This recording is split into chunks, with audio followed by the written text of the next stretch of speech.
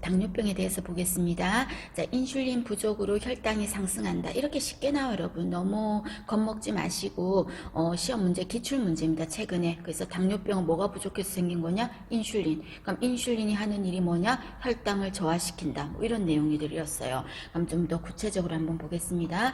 당뇨병에는 크게 종류가 세 가지가 있다. 참고로 봐주세요. 1형, 2형, 임신성 당뇨 이렇게 있는데, 1형이라는 건 여러분 주로 우리는 흔히 이 당뇨를 뭐라고 한다? 소아당뇨라고 하면서, 얘는 절대적으로 뭐가 부족하다? 인슐린이 부족하기 때문에 외부에서 인슐린이 안 들어가면 안 돼요. 그래서 인슐린에 의존하는 당뇨다. 그래서 1형을 인슐린 의존성 당뇨라고 말하고, 얘를 흔히 소아당뇨다 이렇게 표현을 하는 거죠. 그래서 소아당뇨는 인슐린 주사가 꼭 들어가거든요. 그래서 이거는 파트너 짝꿍을 잘 찾으세요. 1형이 인슐린 의존성 당뇨입니다. 그럼 2형은 어떤 거냐면요, 인슐린이 꼭 필요한 건 아니에요. 그래서 인슐린 말고 먹는 약만 먹어도 되고요. 그래서 조절이 된다는 거죠. 그래서 인슐린에 의존하지 않는다. 그래서 비의존성 당뇨다 이렇게 말합니다. 짝꿍은 2형은 비의존성 당뇨예요. 이거는 주로 성인 당뇨라고 하죠. 성인이 되어서 생긴다. 그래서 성인 당뇨다 라고 말하는 거. 2형인 거죠. 자, 그거 말고도 여러분 우리가 모성 간호할 때 임신으로 인해서 생기는 당뇨도 있다 그랬죠. 임신성 당뇨 해서 세 가지가 있다. 그럼 어쨌든 당뇨병이라는 거는 증상에서 쓰리다 증상이 나타나. 다다다 쓰리다. 다음은 많이 마시는 거죠. 왜 마셔? 갈증이 많이 나니까. 그래서 다음을 다르게 말하면 다갈이라고 해도 같은 의미가 되겠죠. 갈증을 많이 느끼니까 많이 마시니까. 그 다음에 또 어떻다? 다시 엄청 많이 먹어요. 그런데 체중은 어때요? 빠져요. 체중은 빠져요. 왜냐면 이건 소모성 질환이라서 다른데 다 써버리거든. 그리고 또 다뇨. 당연히 많이 마셨고 소변도 많이 봐요. 그래서 다음, 다시, 다뇨.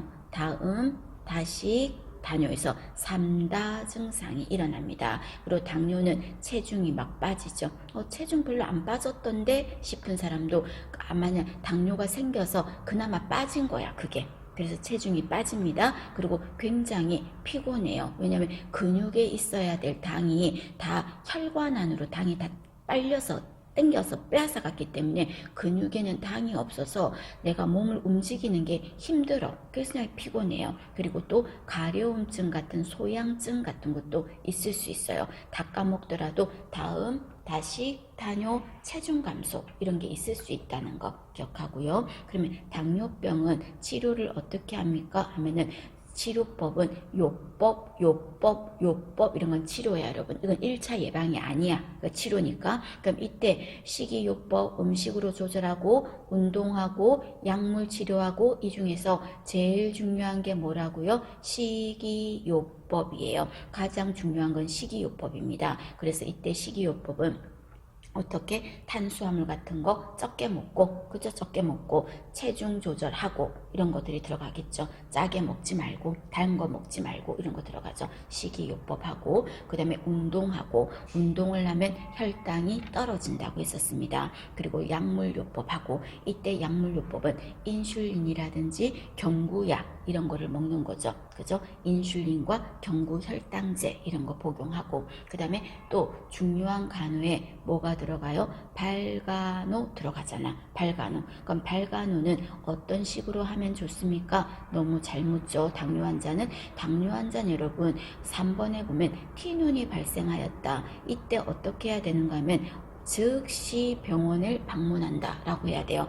이거는 조그만 것 같지만요, 심각한 문제를 줘서 발을 절단해야 되는 정말 급박한 상황이, 심각한 상황이 생길 수 있으니까. 그럼 이때 발간호는 환자에게 두터운 양말을 신는 게 좋아. 발이 이렇게 자극을 받는 게 안 좋거든요. 두터운 양말, 그리고 또 꽉 끼는 신발 이런 거 안 좋아요. 왜냐면 당뇨병은 혈액순환이 또 안 될 수가 있으니까 꽉 끼는 신발 이런 거 안 좋아. 그리고 상처 생기면 진짜 신경 써야 돼. 아물지도 잘 않고 더 염증이 심해지니까. 그리고 또 중요한 발톱은 어떻게 잘라야 돼요? 일자로 자른다. 아픈다는 거, 이거는 뭐 당뇨 환자 아니라도 다 그렇지 않았습니까? 손톱은 둥글게, 발톱은 일자로. 그 다음에 이때 당뇨 환자들은요, 로션이나 보습제 같은 거 발에 발라줘. 왜냐면 발 막 갈라지고 이렇잖아요. 그럼 갈라진 자리에 또 상처, 감염이 생길 수 있으니까 로션이나 보습제를 바르는데, 단 이 로션이나 보습제를 발가락 사이라든지 가슴 이렇게 접히는 부분 있죠.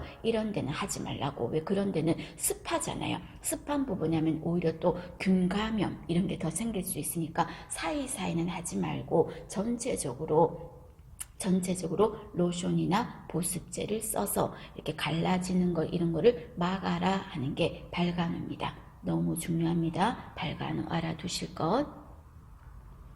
자, 그 다음에 이번에는 당뇨 환자에게서 응급 상황이라고 하면 혈당이 높아서일 수도 있지만요, 저혈당도 있죠. 그래서 고혈당보다 더 위험한 게 뭐다? 저혈당이거든요. 그럼 이때 저혈당에 빠지면 어디에 굉장히 치명적이냐면요, 뇌에 치명적이야. 그래서 우리가 포도당은, 뇌세포는 어떤 게 필요하다? 포도당이 필요하거든. 그래서 혈당이 떨어지면, 갑작스럽게 떨어졌을 때 환자는 어지럽고, 그리고 맥박이 어떻게 된다? 막 빨라져. 그리고 가슴도 벌렁벌렁 뛰어요. 그걸 뭐라 그랬어요? 심계항진이라고 했죠. 이게 나타나. 그리고 이때 혈당이 떨어지니까 우리 몸에서 혈당을 채우기 위해서 일어나는 항상성 작용에 뭐가 있다? 배가 고파. 그래서 채우려고 공복감 나타나요. 배가 고파. 그리고 또 어떻다? 발안, 땀이 나요. 식은땀이 막 나요. 그리고 배가 고파요. 그리고 떨려요. 우리가 배고프면 떨린다 이런 말 하는 것처럼 떨림이 있어요. 떨림이 있고, 또 머리가 아파요. 두통이 좀 있을 수 있습니다. 왜냐하면 뇌에 포도당이 덜 가서, 뇌세포는 포도당이 가야 활성화되는데, 포도당이 적게 가니까, 당이 적게 가니까 머리가 지끈지끈 아파요. 그래서 예전에 9시 뉴스에 자주 머리가 아픈 사람들은 혹시 저혈당이 아닌지 한번 검사해봐라 이런 언급도 있었거든요. 두통 있을 수 있어. 근데 이런 증상이 점점 더 많이, 혈당이 너무 많이 떨어져서 방치된다면 환자가 혼돈 상태에 빠질 수도 있겠죠. 의식을 잃는다든지 비몽사몽 할 수 있겠죠. 이런 게 저혈당 증상입니다. 그러나 저혈당이 있다 그래서 경련을 일으키거나 하지는 않아요. 됐나요? 그래서 우리가 보건간호에서 군집독의 증상에도 경련 이런 거 없어요, 여러분. 아셨죠? 저혈당에도 경련 이런 거 일어나지 않아. 그 다음에 밑에 보시면 당뇨 환자들한테서 있을 수 있는 호흡의 패턴이 쿠스마울 호흡이라는 거 있잖아요. 그럼 쿠스마울 호흡 하면 무조건 어떤 환자가 떠올려야 된다? 당뇨 환자. 당뇨병 이런 거 떠올려야 돼. 그럼 이 쿠스마울 호흡은 어떠냐면요, 입에서 숨을 쉴 때마다 과호흡을 하면서 입에서 과일향 냄새가 나. 입에서 단내가 난다고. 얼마나 당이 높으면 달짝지근한 과일향 냄새가 나겠습니까? 당이 높으면, 얼마나 높으면. 그러니까 이런 경우는 언제 그렇다? 저혈당이 아니라 고혈당일 때. 그래서 고혈당일 때 혼수 상태를 당뇨병 혼수라고 했는데, 혈당이 너무 높아서 입에서 달짝지근한 과일향 냄새가 난다. 이런 호흡을 쿠스마울 호흡이라고 합니다. 과일향 냄새 이런 말 넣으면 쿠스마울 호흡이에요. 당뇨 환자. 됐죠? 봐주시고. 그럼 이렇게 저혈당에 빠졌을 때는 어떻게 해야 됩니까? 응급처치 이런 거는 뭐 기본이죠, 여러분. 그럼 응급처치는 환자가 만약에 의식이 있다면 어떻게 하면 될까요? 설탕물이나 오렌지 주스나 꿀물이나 이런 거를 주면 되겠죠. 그죠? 그래서 이런 게 빨리 흡수가 돼. 액체로 된 게 빨리 흡수가 돼. 그래서 이런 거를 주는 게 좋고, 만약에 의식이 없다면 어떻게 할까요? 의식이 없다면 정맥 주사 같은 거 줄 수도 있겠죠. 그죠? 정맥으로 줄 수도 있겠죠. 정맥으로 포도당 같은 거 50% 포도당 이런 거 넣어줄 수도 있겠죠. 그리고 또 상황에 따라서 숨 쉬는 게 힘들어 한다면 산소를 줄 수도 있고, 또는 이 환자가 저혈당이 아니라 만약에 고혈당으로 쓰러졌어. 혈당이 높았어. 쿠스마울 호흡하면서. 그럼 그런 경우는 인슐린을 줘야 되지 않을까? 그래, 혈당 떨어지게 하니까. 그럴 때는 인슐린 주사를 주겠죠. 어떤 방법으로? 피하 주사로. 인슐린 주사, 피하 주사로 줄 수 있겠죠. 이런 거 알아두시고, 그 다음에 당뇨 환자는 반드시 휴대해야 될 게 뭐다? 당뇨 증명서, 명함처럼 생겼댔죠. 나는 당뇨병 환자입니다. 내가 쓰러졌을 때는 뭐 의식이 있을 때는 초콜릿 같은 거 좀 주시고 나를 어느 병원으로 좀 이송 도와주십시오. 이런 거 적혀 있다 그랬죠. 당뇨 증명서. 그리고 항상 들고 다니는 사탕, 이런 거는 꼭 필요하다라고 했습니다. 자, 그 다음에 다음 페이지에 보시면, 다음 거에 보시면, 자, 이번에는 동정맥류 한번 보겠습니다. 자, 동정맥류 하면 여러분 어떤 질환이 떠올라야 돼? 만성신부전 떠오르셔야 되겠죠. 만성신부전은 신장의 기능이 99.9%가 망가진 거야. 그럼 신장이 하는 일이 소변을 만들고 노폐물 찌꺼기를 소변으로 배설해야 되는데 그런 기능을 못하는 거죠. 그러니까 노폐물 찌꺼기가 몸에 쌓이는 거지. 그래서 갑자기 환자가 쓰러지는 거, 요독증 이런 거, 소변에 독소가 쌓여가지고 쓰러지는 거, 그런 현상이 일어날 수 있잖아요. 그럼 이 만성신부전 환자는 어떤 거를 해야 됩니까? 안에 있는 노폐물을 빼야 되겠지. 근데 본인이 소변으로 못 빼니까 어떻게 해야 될까요? 인위적으로 빼는 거죠. 그래서 폐에다가 복막에다가 해서 걸러내는 거는 복막투석, 또는 혈관에다가 바늘을 찔러서 피를 통해서 걸러내는 거는 혈액투석이라고 하잖아요. 그럼 이때 투석실, 인공신장실 이런 데서는 먼저 투석을 하려면 바로 환자가 만성신부전 환자 팔에다가 동맥, 정맥 이런 거에서 바로 하는 게 아니라 투석을 하려면 제일 먼저 선처치가 뭐가 이루어져야 된다? 동정맥류라는 거를 만들어야 돼. 수술실 들어가서요. 그럼 동정맥류라는 거는 여러분 뭐냐면요. 우리가 루자가 붙으면 바깥으로 빼낸 걸 루라 그래. 그래서 우리가 인공학문 장루라고 했잖아.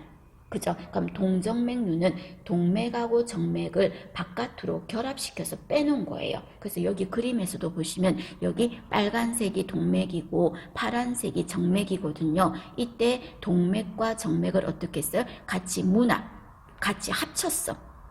합쳐가지고 인위적으로 만들어 놓은 거예요. 이렇게 해놓으면 투석하기가 용이하거든요. 그럼 이렇게 해놓은 투석을 할 때 동정맥류를 가지고 있는 환자는 동맥하고 정맥을 합쳐서 이렇게 딱 해놓으면요. 정맥 혈관이 굉장히 튼튼해져요. 그래서 불뚝불뚝 잘 튀어나오고 정맥 혈관이 되게 튼튼해지거든. 그래서 이렇게 동정맥류를 만들어서 피를 걸러낼 겁니다. 그럼 이때 투석을 할 때 간호는 어떤 식으로 합니까? 하면은 자, 동정맥류 환자가 이제 투석을 했어요. 투석하고 나서는 동정맥류 있는 부분을 마사지를 크림을 이용해서 동맥에서 정맥 쪽으로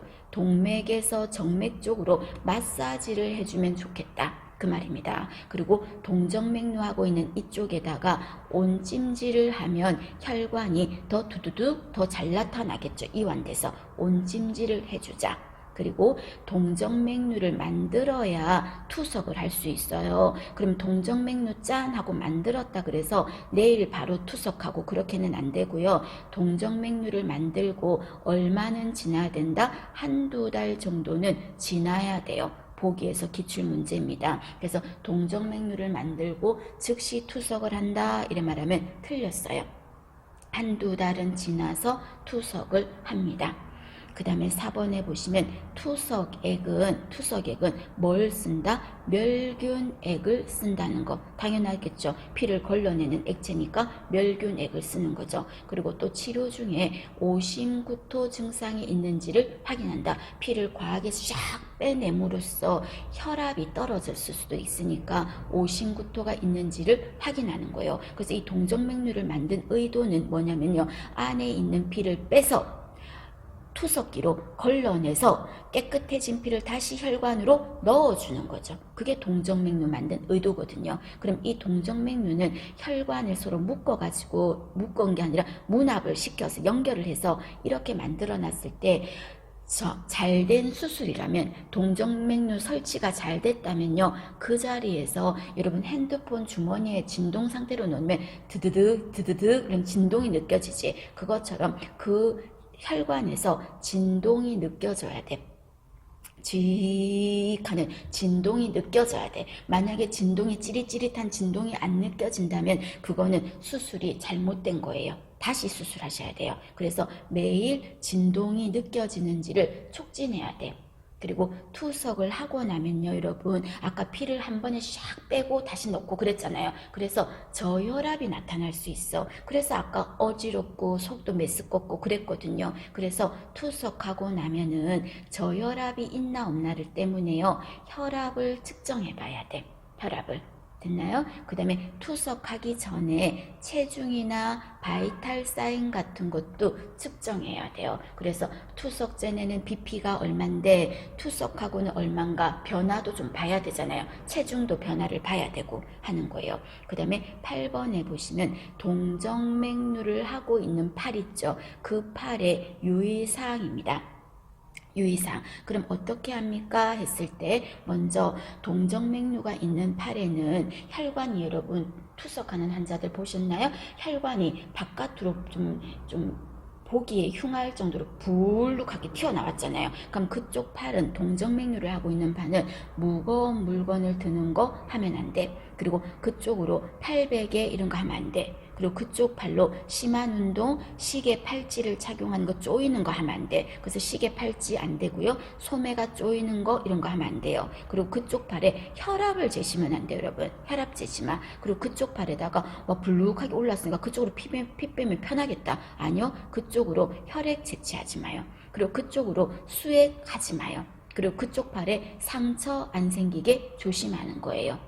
됐나요? 이런 거 유의사항 중요합니다. 그리고 동정맥류를 하고 있는 환자는 여러분 만성 신부전 환자야. 만성 신부전 환자는 굉장히 피곤하고요. 힘들어. 그래서 이런 환자들한테는 단백질이나 열량 섭취도 잘해주고, 그 다음에 좀 조심하실 거는 포타슘. 포타슘이 뭐죠? 칼륨이야. 포타슘을 뭐라고 한다? 칼륨이에요. 그럼 이때 칼륨은 어떻게 한다? 제한하자는 겁니다. 왜 그러냐면 만성 신부전 환자는 소변이 안 나가잖아요. 배설을 못 하잖아요. 그럼 배설이 못 하니까 물이 안 나가니까 나도 안 나가. 누구였지? 칼륨이었어. 그리고 칼륨하고 되게 친한 친구가 누구냐면요, 인이야. 이 인은 칼슘하고도 친하고 또 포타슘하고도 친해요. 칼륨하고. 그래서 칼륨이 안 나가면 지도 안 나가. 그래서 칼륨, 인이, 몸이 물이 많이 차 있을 때는, 부종이 있을 때는 칼륨과 인의 수치가 높다고요. 그래서 이런 환자들한테는 포타슘, 칼륨과 인을 어떻게 한다? 제한하는 겁니다. 되셨나요? 그래서 신장이 안 좋다 이래 말하면 칼륨 수치가 높을 거야. 물이 안 나가서요. 그래서 칼륨을 제한하는 거예요. 그래서 칼륨이 많이 든 음식 하면 바나나, 수박 뭐 이런 과일 종류에 많거든요. 그런 거를 제한하라 하는 내용입니다. 중요합니다, 여러분. 전체적으로 알아두실 것. 자, 이번에는 빈혈에 대해서 간단하게 한번 보겠습니다. 중요하죠? 요거는 간단하게 빈혈의 종류, 이런 거는 어떤 빈혈, 이런 거는 어떤 빈혈, 그냥 그 정도로만 알아두시면 되겠습니다. 그럼 먼저 우리가 출혈 때문에 생기는 빈혈은 무슨 빈혈이야? 철결핍성 빈혈입니다. 출혈하면은 철결핍성 빈혈이죠. 그럼 철결핍성이니까 뭐를 줘야 돼? 철분 줘야 되겠죠. 그래서 철분을 투여할 때는 어떻게 한다? 철분에 투여를 할 때는 오렌지 주스와 함께 줘라. 그리고 철분으로 인해서 치아에 착색이 될 수 있으니까, 액체로 된 철분은 치아에 착색이 일어나니까 빨대를 써라. 그리고 철분약을 복용하면은 변이 어떻게 나올 수 있다? 검은색의 변을 볼 수 있는데 그거는 괜찮다 하는 거를 알려주는 거. 그 다음에 이번에는 비타민 B 12번 너무 중요하죠. 비타민 B 12번 영양에서도 중요했어요. B 12번 이게 부족해서 생기는 빈혈은 뭐라고 하죠? 악성빈혈이라고 하죠. 악성빈혈 하면 비타민 B 12번 이죠. 근데 이 악성 빈혈은 비타민 B12번이 턱없이 부족한 거는 어떤 장기에 뭔가 문제가 있을 수 있다? 위에 문제가 있을 수 있어. 그럼 최악의 시나리오는 위에 문제라면 뭐가 될 수 있을까? 위암이죠. 그래서 악성 빈혈 환자는 위암이 있나 없나를 자주 조심해야 돼. 또는 거꾸로 말해서 위를 잘라낸 사람은 혹시라도 나는 추후에 악성 빈혈이 생길 수도 있거든. 그래서 악성 빈혈과 위암은 뗄 수 없는 관계, 서로 엮여 있는 관계. 됐나요? 봐주실 것. 그 다음 이번에는 골수 기능이 떨어졌어요. 골수 기능이 떨어져서 적혈구, 백혈구, 혈소판 이런 거 제대로 못 만드네. 그런 빈혈은 뭐라고 한다? 재생불량성 빈혈. 주로 우리가 보건간호에서는 직업병으로 어떤 약품 다뤘을 때 주로 생겼어요? 벤젠 이런 것도 생길 수 있었죠. 벤젠 때문에도. 그리고 이번에는 적혈구가 파괴됐어. 혈구 파괴. 그래서 혈구가 깨어졌어. 그걸 뭐라 그래요? 용혈성 빈혈이라 그랬죠. 이런 거가 생길 수 있다. 주로 태아 저가구증. 엄마가 RH 마이너스, 태아가 RH 플러스 이런 거 아니었습니까? 그죠? 그래서 빈혈의 종류, 원인 이거는 간단하게 단답형으로 알아두실 것. 자, 이번에는 수혈입니다. 여러분, 수혈입니다. 자, 수혈 시 가장 중요한 간호 중요하죠. 그럼 수혈 시 제일 중요한 게 뭐예요? 두 가지 검사를 할 건데 혈액형 그리고 A라는 사람 B와 B라는 사람 B가 서로 궁합이 맞나 봐야 된댔죠? 교차 시험 두 가지가 중요하다.